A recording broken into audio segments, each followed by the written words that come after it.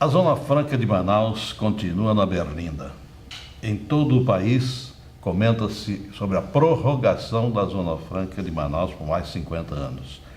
No Congresso Nacional, a coisa está complicada, mas nós vamos conversar com o superintendente da Zona Franca de Manaus, Tomás Nogueira, e ver se essa situação é real, se nós poderemos realmente, este ano de 2014, ter essa prorrogação da Zona Franca de Manaus. Tudo bem? Tudo bom, Heron. Satisfação estar aqui com você e com o seu público. A pergunta é essa, a questão é, teremos condições? Deixa eu falar aqui uma coisa. A minha expectativa é que sim, muito claramente. Por uma série de razões. A principal delas é pelo efeito positivo que a Zona Franca tem na economia brasileira. O significado para a economia brasileira e também, quase que principalmente, o significado ambiental. Isso não se pode ser esquecido. E tenho comigo que a sociedade brasileira, principalmente seus agentes políticos, já perceberam isso. Sabem dessa importância. O que nós temos são resistências pontuais e é bem que se diga que o problema na aprovação da emenda constitucional que prorroga a Zona Franca não foi com a questão da Zona Franca. É que ali foram colocadas, por emenda, dois outros assuntos, que era o tratamento dos bens de informática e a questão das áreas de livre comércio. São dois temas importantes, são dois temas relevantes, mas que o governo entendeu que tem de ser tratado em separado, em atos próprios. Então, a minha percepção é de que hoje não há uma maior resistência dentro do Congresso ao tema Zona Franca. No entanto, isso não torna a aprovação fácil, porque, obviamente, o Congresso é uma casa de representação política e isso vai ser objeto de negociação dentro dessas outras matérias. E o Estado de São Paulo tem uma força muito grande porque tem mais congressistas, é isso? Eu diria hoje que nós temos uma bancada pequena, mas uma bancada aguerrida, e nós temos uma série de apoios dentro do Congresso Nacional. Quem pensa o Brasil como um todo está apoiando a Zona Franca de Manaus. Mas não é uma questão tão simples assim, é uma questão de buscar o desenvolvimento para a área que você representa no Congresso Nacional, e a bancada paulista é muito maior. Mas dentro da bancada paulista nós temos alguns apoios. Não totalmente, é verdade, mas temos sim. E no caso tinha algumas arestas para serem reparadas aqui no Norte também, que tinha alguns políticos do Norte que estavam meio contrários a isso, porque a Suframa não estava talvez atendendo, na cabeça deles não estava atendendo diretamente o seu estado, o seu município. Isso está resolvido? Não, há uma preocupação. Quando nós é preciso deixar bem claro, quando nós participamos dessa questão de discussão da prorrogação, nós tivemos audiências públicas em pelo menos 2 estados, em Roraima e em Rondônia. E tivemos uma participação muito forte de representantes do Amapá em Brasília na comissão. Então, isto possibilitou ver que há uma importância do modelo Zona Franca para a região. O que eles querem? Nós precisamos continuar evoluindo. E claramente a Zona Franca trouxe para o estado do Amazonas um nível de desenvolvimento muito forte. Qual é a dimensão, a preocupação desses políticos? É que este desenvolvimento não repita a concentração que tem no sul agora a partir de Manaus. Então nós já estivemos também conversando com os representantes dessas unidades da federação. Nós colocamos nossa equipe trabalhando no Acre, Rondônia, Roraima e Amapá, analisando a característica de cada uma das áreas de livre comércio, que era uma das demandas, tá certo? E nós estamos concluindo um plano de trabalho para cada uma dessas áreas de livre comércio. Em Guajará-Mirim eu já tive a oportunidade de estar 2 vezes, conhecer a dinâmica daquele local, as carências e as necessidades. Então nós estamos trabalhando sim isso. Por essa razão é que, vamos deixar muito claro, que na proposta estava um tratamento uniforme em termos de prazo para as áreas de livre comércio, mas que o governo federal entende que tem de ser tratado separado. Por quê? As áreas de livre comércio do Acre não têm um prazo definido. As áreas de livre comércio de Boa Vista e Santana, segue a sorte de Macapá e Santana. Então vamos precisar ter uma regra específica para cada uma delas. O deputado Átila Lins, ouvindo essas demandas, colocou dentro do seu projeto, do seu relatório, essas decisões. Mas o governo entendeu por bem segregar, tratar isso em separado. Mas essa questão está encaminhada e eu creio que nós vamos contar com o apoio dos outros dessa região. O polo industrial de Manaus, que está dentro da Zona Franca de Manaus, ele é o que mais arrecada. E isso acaba deixando uma verba aumentando, dando uma verba para a SUFRAMA? Todas as empresas que têm benefícios fiscais, ao internarem mercadoria na Zona Franca, seja para consumo, seja para industrialização, elas recolhem uma taxa que chama-se TSA, a taxa de serviços administrativos, que é direcionada à SUFRAMA. E isso, evidentemente, tem crescido ao longo do tempo, ainda bem. No entanto, há uma política em termos de gestão desses recursos que não disponibiliza todos os recursos para a entidade. Mas veja bem, vamos por partes. Antes, o que nós tínhamos? Nós tínhamos todos os recursos que eram usados e gerenciados pela SUFRAMA. Esses recursos são gerenciados só para Manaus? Veja bem, o que ocorre, a gente chega lá. É o que chama-se hoje de contingenciamento. Qual é a regra hoje?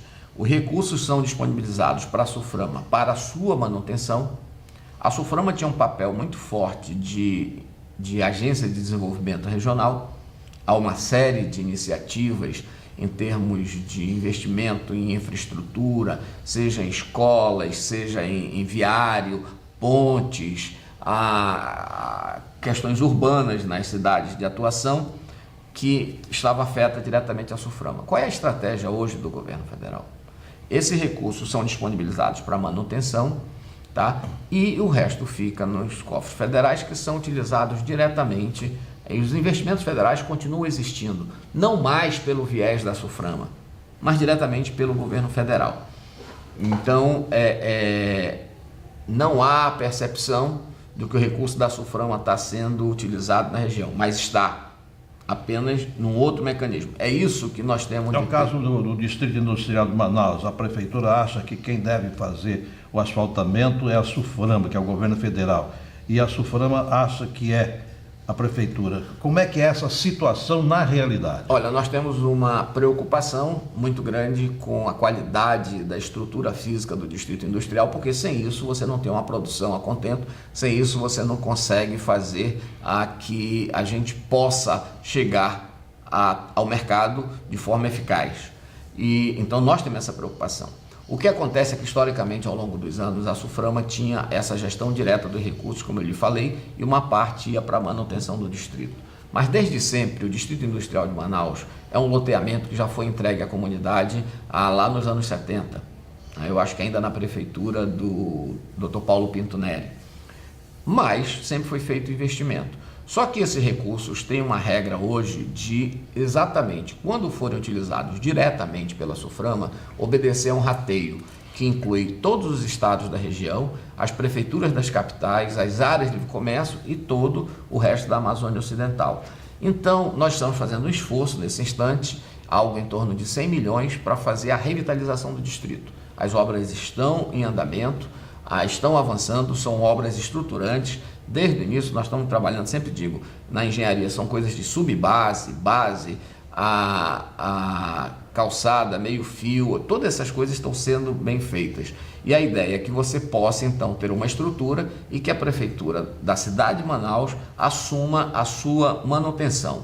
Nós estamos trabalhando junto com a administração, com o prefeito, há uma série de iniciativas conjuntas e eu creio que a gente vai chegar a bom termo nisso. Quer dizer que essa verba da SUFRAMA é administrada não só para Manaus, mas para as capitais, para todos os membros da Amazônia Ocidental. Essas verbas da SUFRAMA, elas são destinadas a toda a Amazônia Ocidental, mais o estado do Amapá. Então nós temos investimento, convênios com prefeituras, com o governo dos estados da região, utilizando essas verbas. Nos últimos anos, ao invés de fazer a utilização dessas verbas pela SUFRAMA, ela tem sido feita mais intensivamente direto pelo governo federal. Dos outros ministérios, a SUFRAMA é governo federal, mas é uma autarquia, então estou dizendo que isso é feito pelo Poder Executivo direto.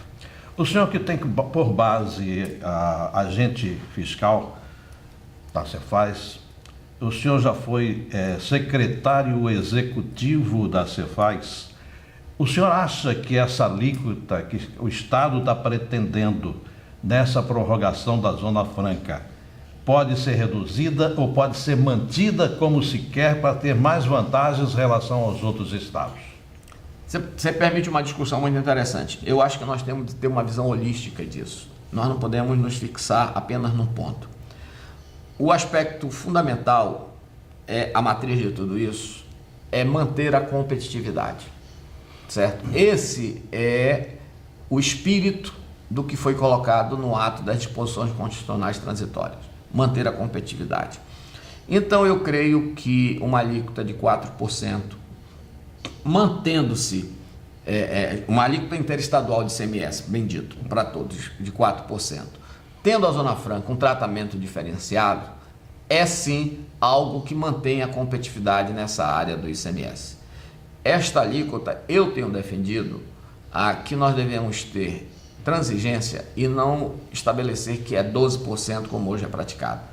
Nós manteremos nossa competitividade até no nível de 9%, mas eu não quero me aprofundar muito nisso, porque os dados e os donos dessa matéria são os nossos companheiros da Secretaria de Fazenda, e eles que podem dizer. Nossos estudos dizem que até 10, 9% é uma área sim possível de manter a competitividade.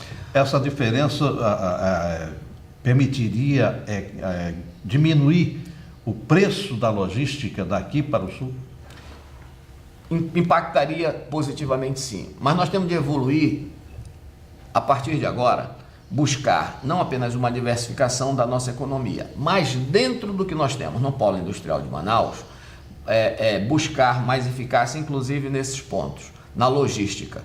Eu digo que nós aprendemos a transportar os nossos bens para o mercado, seja utilizando o rodo fluvial, seja utilizando a cabotagem, que tem se incrementado muito fortemente, mas o nosso ponto fundamental são os terminais.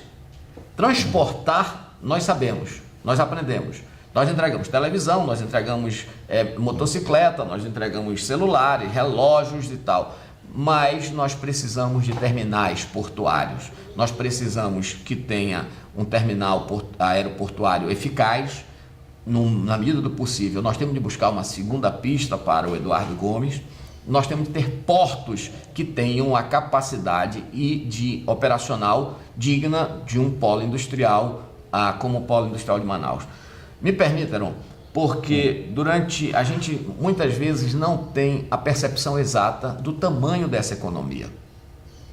Nós tivemos um faturamento em 2013 da ordem de 81 bilhões de reais. Faturamento. Isto é maior do que a atividade econômica de alguns países sul-americanos e praticamente de todos os países centro-americanos. Uma única cidade, 400 km² de área ocupada, certo? Com um nível de atividade econômica. Então isso concentra muito grande as atividades. Então por isso é que nós precisamos melhorar esta questão portuária. De fato, o ano de 2013, apesar das críticas, foi um ano muito bom. E eu, às vezes, não entendo algumas posturas. Todo mundo diz que foi um péssimo ano. Pois é, então vamos lá comigo. Todo mundo tem a percepção que foi um péssimo ano. Então vamos lá. Nós tivemos o maior número de emprego na história do Polo Industrial de Manaus, 109 mil empregos diretos. Nós tivemos o maior faturamento, que eu sempre sou crítico da questão do faturamento, mas nós crescemos no faturamento em dólar e em real, 81 bilhões de cruzeiros, ou de reais, sou antigo. Nós tivemos um recorde de receita pública e nós tivemos um recorde na questão de produção física. Como é que nós podemos falar em crise? Na verdade, nós temos cultivado, é lícito, é correto ter uma preocupação com a evolução do Polo Industrial de Manaus, com o estabelecimento das regras dos 50 anos, com o estabelecimento da reforma tributária do ICMS. Isto é absolutamente correto. O que eu não acho correto é ter uma postura extremamente derrotista que não tem base na realidade. Nós vendemos mais, nós produzimos mais, nós geramos mais emprego e nós pagamos mais impostos. Porque isso é bom. Isso é bom porque o Estado do Amazonas tem condições de fazer os investimentos que sua população precisa. Para encerrarmos, isso poderia melhorar essa logística com a BR-319, sendo rodoviária ou ferroviária, ou nenhum dos dois casos? Olha, ter mais um modal, simplesmente, que hoje não tem, seria muito interessante. Muito interessante. Se ele vai ser rodoviário, se ele vai ser ferroviário, eu não sei. Agora, se inclusive isto é muito impactante e nós não vamos conseguir, nós teríamos só de ter uma definição. Na minha visão pessoal, ter uma definição do que é que vai ocorrer com a BR-319. Porque se nós não tivermos esta alternativa, nós temos de melhorar o que nós temos. O hidroviário. O hidroviário. Porque eu digo que volta ao ponto, nós aprendemos a usar eficazmente o hidroviário. Este é um trecho que é um dos mais baratos. Tem a questão do tempo, mas é custo e tempo, certo? Eu precisaria apenas ter, porque senão fica no nosso imaginário correr atrás da 319. Ela sai ou não sai? Os especialistas dizem que o impacto ambiental de uma ferrovia é menor, porque você não gera uma atividade de acesso contínuo àquele canal. Se for isso, se for esse o equilíbrio, que seja, mas vamos tomar uma decisão. Ok, muito obrigado. Mais alguma recomendação? Não, obrigado a participação e a paciência de vocês que nos acompanham. Foi uma satisfação e vamos voltar sempre. Muito obrigado.